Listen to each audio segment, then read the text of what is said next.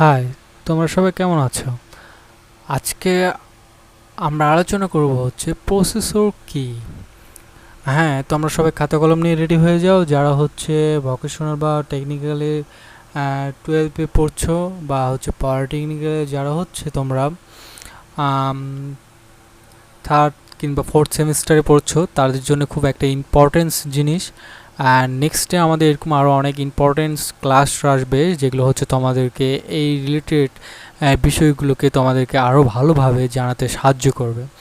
তো শুরু করছি আমাদের ক্রিয়েটিভ আইডিয়া blogspot.5.blogspot.com এর পক্ষ থেকে আরও একটি নতুন ভিডিও টিউটোরিয়াল। তোমরা হয়তো অনেকেই জানো, এবং আমরা অনেকেই জানাশোনা অনেক স্টুডেন্ট রয়েছে যারা হচ্ছে তোমরা বিভিন্ন সময় কোশ্চেন করে থাকো যে এই রিলেটেড বা এই রিলেটেড স্যার কিছু ভিডিও টিউটোরিয়াল তৈরি করেন, যেগুলো হচ্ছে আমাদের স্টাডি কাজে আরও ইমপ্রুভ করবে, সুবিধা করবে।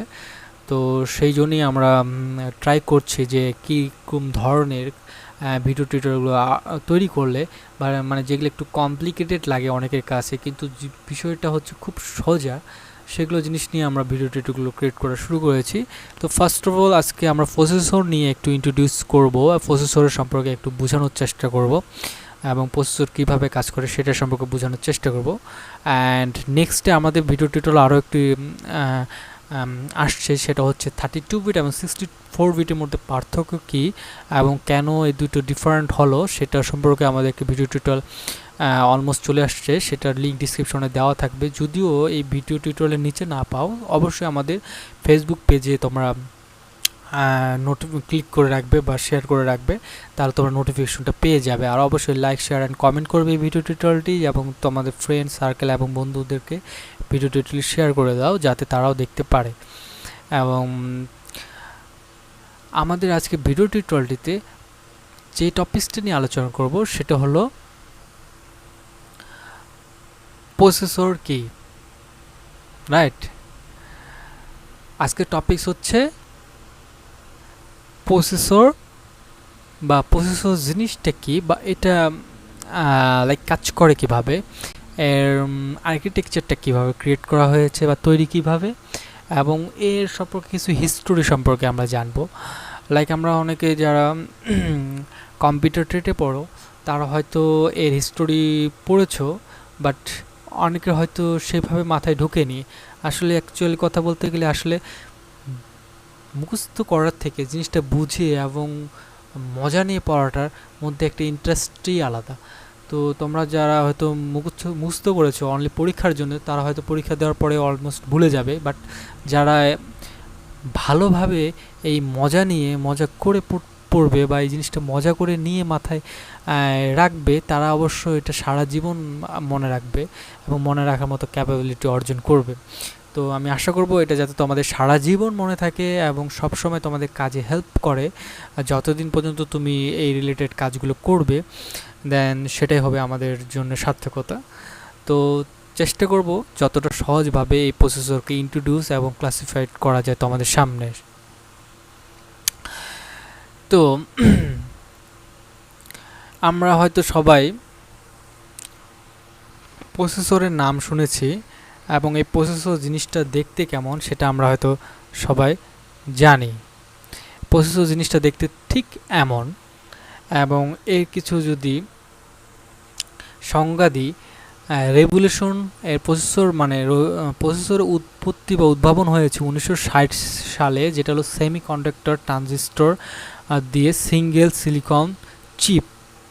এবং 1971 সালে 2300 ট্রানজিস্টর, আর যেটা হচ্ছে মডেল হচ্ছে C4004 সিপিইউ বিজিকম, যেটা ইউজ করেছিল ইন্টেলের কোম্পানির, সেটা হচ্ছে 141PF। সেটা যদি আমরা একটু দেখে আসি, এইটা হচ্ছে সেই চিপ, যে চিপটা হচ্ছে ইন্টেল ক্রিয়েট করেছিল 1971 সালে C4004 সিপিইউ। অ্যান্ড দেন বিজিকম একটা প্রসেসর ক্রিয়েট করেছিল, সেটা হলো জাপানিজ কোম্পানি। তারা ধরো যে বিভিন্ন ধরনের হার্ডওয়্যার সামগ্রী তৈরি করত, লাইক ক্যালকুলেটর, ঘড়ি, বিভিন্ন ধরনের ইলেকট্রনিক্স যন্ত্রপাতি। তারাও একটা প্রসেসর ক্রিয়েট করেছিল, সেটার নাম ছিল 2300 ট্রানজিস্টর বেস্ট, এবং বিজিকম কোম্পানি সেটা। অ্যান্ড দেন এই যে আমাদের ইনস্ট্রাকশন, এই যে প্রসেসরটা ইনস্ট্রাকশন, ফার্স্ট যে প্রসেসরটা ইনস্ট্রাকশন ছিল, আমরা সবাই জানি ইনিএক নামে একটা কম্পিউটার ছিল। সেই কম্পিউটারটার সিপিইউ যে প্রসেস করতে পারতো পার সেকেন্ডে 5000 ইনস্ট্রাকশন পার সেকেন্ড। অনেকে কনফিউশন হচ্ছে হয়তো, যে মানে পার সেকেন্ডে সে 5000 ইনস্ট্রাকশনকে সে হ্যান্ডেল করতে পারতো। আমরা জানি কম্পিউটার ডিজিটাল ডিভাইস, এবং সে কাজ করে হলো 0 আর 1-এ। তো সেক্ষেত্রে সে প্রতি সেকেন্ডে হচ্ছে 5000টা 0 আর 1-কে সে নিজের মধ্যে ইনস্ট্রাকশন করে প্রসেস করার ক্ষমতা রাখতো। বাট পরে যে প্রসেসরটা আসলো ইন্টেল যেটা তৈরি করলো 4004, সেটা হচ্ছে 46250 ইনস্ট্রাকশন থেকে শুরু করে 92500 ইনস্ট্রাকশন পার সেকেন্ডে সে প্রসেস করতে পারতো। তাহলে এখানে তোমরা পার্থক্যটা বুঝতে পারছো যে প্রসেসরের রিভলিউশনটা কিভাবে ক্রিয়েট হয়ে আসলো। যে ইনিয়াক যেটা ফার্স্ট কম্পিউটার ছিল, সে প্রসেস করতে পারতো সিপিইউটা 5000 ইনস্ট্রাকশন পার সেকেন্ড। বাট নেক্সটেই যেটা 1971 সালে ক্রিয়েট হলো, তার 10 বছর পরে প্রথম যখন প্রসেসর আসলো, প্রথম প্রসেসর এসেছিল 1960 সালে, অ্যান্ড দেন তারপরে আসলো 1971 সালে। সে ইনস্ট্রাকশন পার সেকেন্ড করতে পারতো 46250 থেকে 92500 পর্যন্ত। দেন আজকের যুগে যদি আমরা দেখি, 2017 সালে বের হয়েছে কোর i9, যেটা হলো পার সেকেন্ডে 80 বিলিয়ন ইনস্ট্রাকশন করতে পারে পার সেকেন্ড, মানে হচ্ছে 900 গুণ টাইম ফাস্ট, যেটা হলো ফার্স্ট রেভলিউশন প্রসেসর ছিল। প্রথমকার প্রসেসর যেটা ছিল রেভলিউশনারি প্রসেসর, তার থেকে 900 গুণ বেশি স্পিড এবং ক্ষমতা ধর সম্পন্ন হলো এই আজকে 2019 সালে, যেটা সর্বোচ্চ পাওয়ার এবং শক্তিশালী প্রসেসর কোর i9। ওকে, তো আমরা প্রসেসরের আরও ইনফরমেশনগুলো জানবো। এইটা হলো ফার্স্ট ট্রানজিস্টর এবং সেমিকন্ডাক্টর বেসড প্রসেসর। দেখতে পাচ্ছ এর পিকচারের মধ্যে দেওয়া হয়েছে, এবং এই মডেলটা সহ দেওয়া আছে, যে মডেলটা আমি একটু আগে বলেছিলাম। দেন আমরা প্রসেসরের বেস একটু আলোচনা করি। প্রসেসরের কাজ করার ধরনটা হচ্ছে, সে ইলেকট্রনিক্স ডিভাইস, সে ইলেকট্রিক কারেন্ট নিয়ে কাজ করে, এবং প্রত্যেকটা ইলেকট্রনিক ডিভাইসের কারেন্ট মূল বেস হলো 0 আর 1। এই প্রসেসর 0 আর 1 দিয়ে কাজ করে। এখন আমরা যদি দেখতে চাই একটু প্রসেসরের ইন্ডিভিজুয়াল ভিতরের দিকটা, যে প্রসেসরের ইন্ডিভিজুয়াল ভিতরের দিকটা দেখতে কেমন হয়, তার সেমিকন্ডাক্টর বা ট্রানজিস্টরগুলো কেমন। আমরা জানি একটা প্রসেসরের মধ্যে বিলিয়ন বিলিয়ন ট্রানজিস্টর থাকে। এখানে দেখতে পাচ্ছ তো আমরা একটা 1 ইঞ্চি এরিয়ার মধ্যে এখানে বিলিয়ন বিলিয়ন ট্রানজিস্টর রয়েছে। তো আমরা ট্রানজিস্টর হয়তো দেখে থাকবো, হয়তো অনেকে রেডিওর মধ্যে, বোর্ডগুলোর মধ্যে, সার্কিট বোর্ডগুলোর মধ্যে ট্রানজিস্টর দেখা যায় ছোট ছোট ডালে দানার মতন। এইগুলোকে একটু প্রসেসরের মধ্যে বিলিয়ন বিলিয়নগুলো বসানোর পরে একটা প্রসেসর ক্রিয়েট হয়। তো এখানে একটা পিকচার দেখতে পাচ্ছ, যে একটা প্রসেসরের ভিতরে এরকম ধরনের একটা এনভায়রনমেন্ট থাকে, যেটা আমরা দেখতে পাচ্ছি। দেন আমরা যদি যাই নেক্সটে,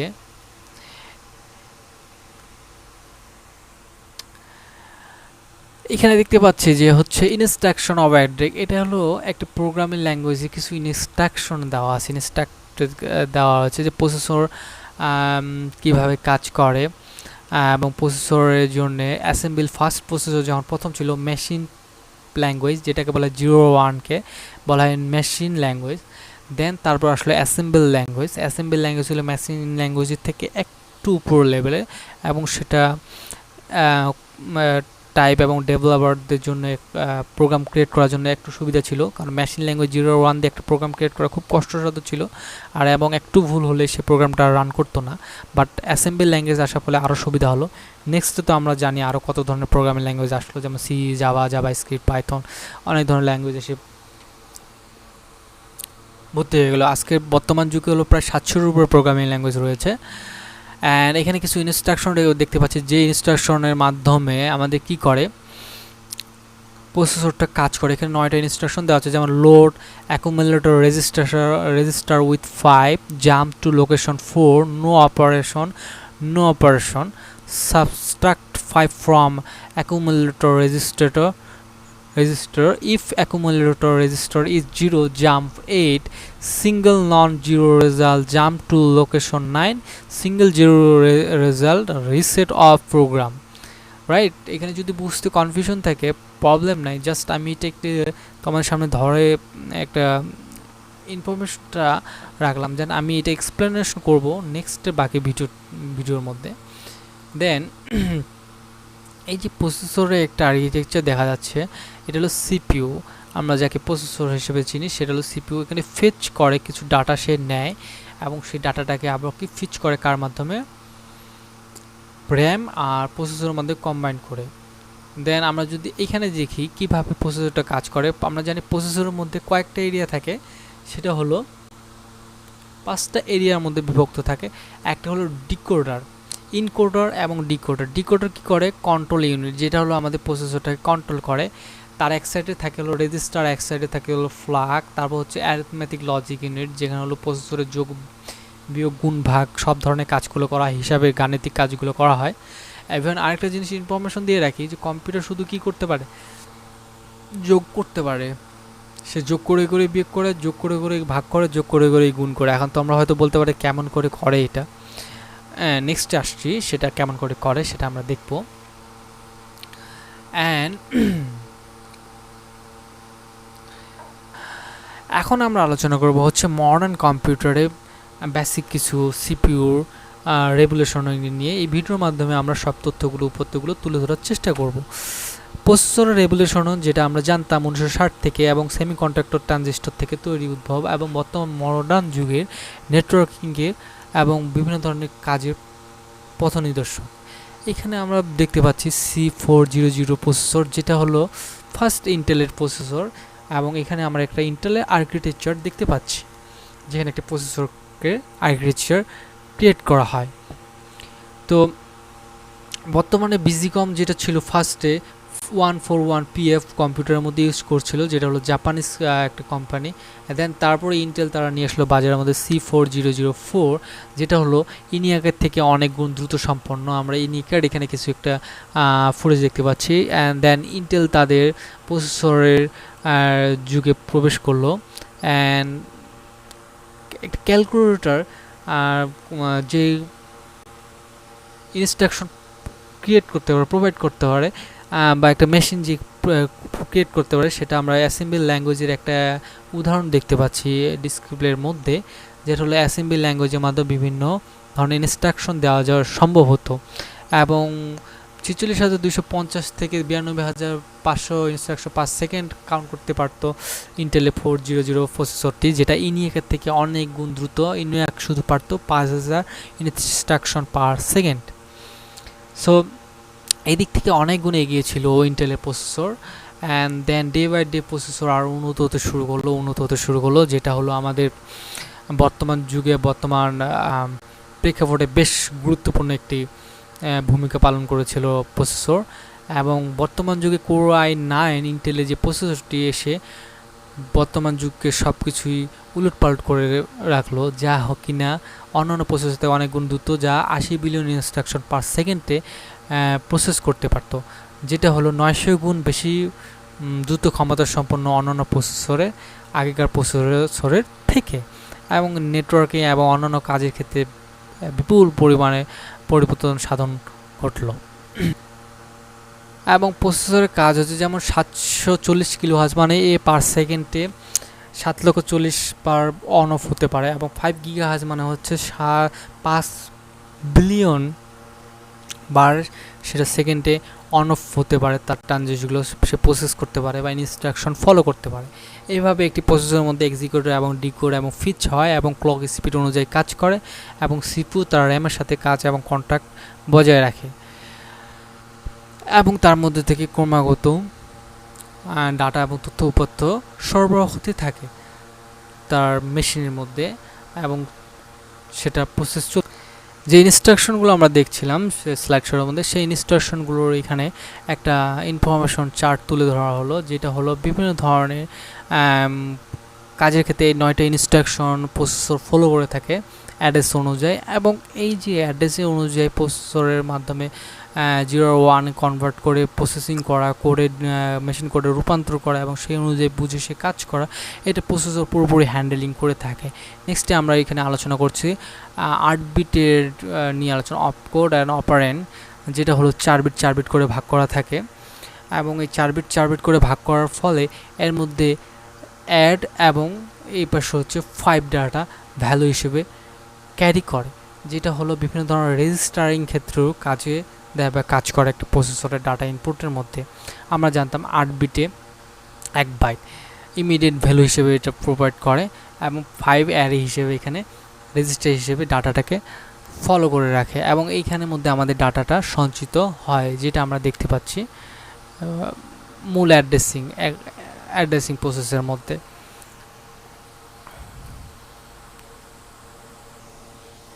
এবং এখানে র্যাম এবং প্রসেসরের মধ্যে কিভাবে কানেকশনটা বজায় থাকে সেই জিনিসটা নিয়ে আলোচনা করা হচ্ছে। ডিকোড, কন্ট্রোল ইউনিট, দেন অ্যারিথমেটিক লজিক ইউনিট রয়েছে, ফ্ল্যাগ রয়েছে, দেন ডিকোডের এদিকে রেজিস্টার ভ্যালু রয়েছে এ এবং পিসি এরিয়া এবং মেমোরি কন্ট্রোল মাইক্রোকোড, যেটা হলো প্রসেসর এবং র্যামের মধ্যকার বিভিন্ন ধরনের তথ্য আদান প্রদান করে থাকে। একটা সিপিইউ যখন এক্সিকিউট করে তার মধ্যকার ডাটাটা সহজে র্যাম এবং অন্যান্য যে তার আনুষঙ্গিক জায়গাগুলো রয়েছে যেমন flag, arithmetic logic unit, register এবং ডিকোড, এগুলো আমরা যেগুলো হচ্ছে স্লাইডের মধ্যে আগে ফার্স্টে দেখে এসেছিলাম সেগুলো নিয়ে কাজ করে প্রসেসরটা। তো এই প্রসেসরের মধ্যে যে ইন্ডিভিজুয়াল কাজগুলো ক্রিয়েট করে তার মধ্যে ফ্ল্যাগ, তার মধ্যে ডাটা ক্যারি ওভার রয়েছে, ওভারফ্লো রয়েছে, জিরো রয়েছে, লেস দেন রয়েছে। দেন এই পাশ থেকে সেই ডাটাটা অ্যারিথমেটিক লজিক ইউনিটে এসে যোগ বিয়োগ গুণ ভাগ যা হওয়ার পরে সে কি করে ডিকোডার থেকে কন্ট্রোলে ঢোকার পরে এখান থেকে সে অ্যারিথমেটিক লজিক ইউনিটে আসে, অ্যারিথমেটিক লজিক ইউনিট থেকে রেজিস্টার থেকে ডাটাটা নিয়ে এসে এখানে আসে অ্যারিথমেটিক লজিক ইউনিটে এবং দেন আবার অ্যারিথমেটিক লজিক ইউনিট থেকে রেজিস্টারে যেয়ে ডাটাটা সেভ হয় এবং ফ্ল্যাগে যেও সেম সমানরূপে সেভ হয়।